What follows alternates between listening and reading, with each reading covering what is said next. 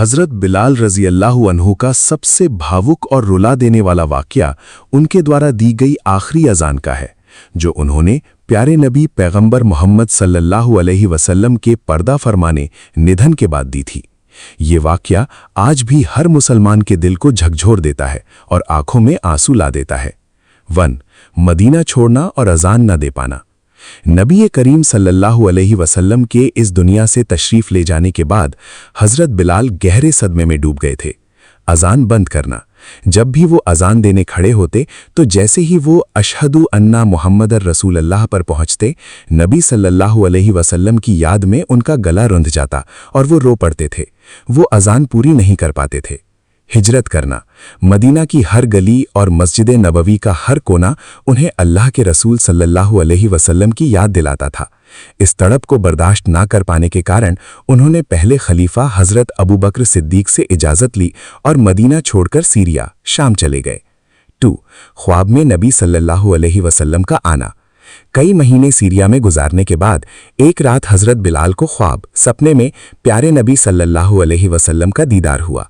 ख्वाब में अल्लाह के रसूल सल्लल्लाहु अलैहि वसल्लम ने उनसे बेहद प्यार और शिकवे भरे लहजे में कहा, ए बिलाल, ये कैसी बेरुखी है? क्या अभी वो वक्त नहीं आया कि तुम हमसे मिलने हमारी कब्र पर आओ? आँख खुलते ही हज़रत बिलाल बेकरार हो गए और रोते हुए फौरन मदीना शरीफ के लिए रवाना हो गए। 3. हसन और हुसैन की फरमाइश।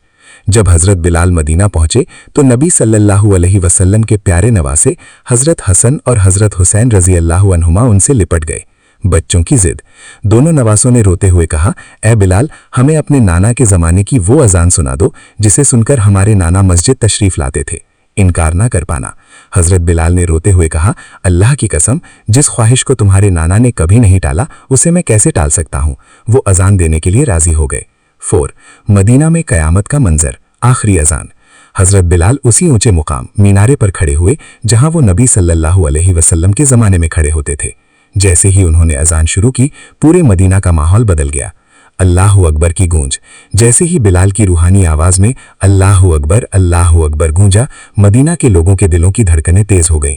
लोगों को 6 महीना पुराना नबी सल्लल्लाहु अलैहि वसल्लम का दौर याद आ गया। बेकाबू हुए लोग।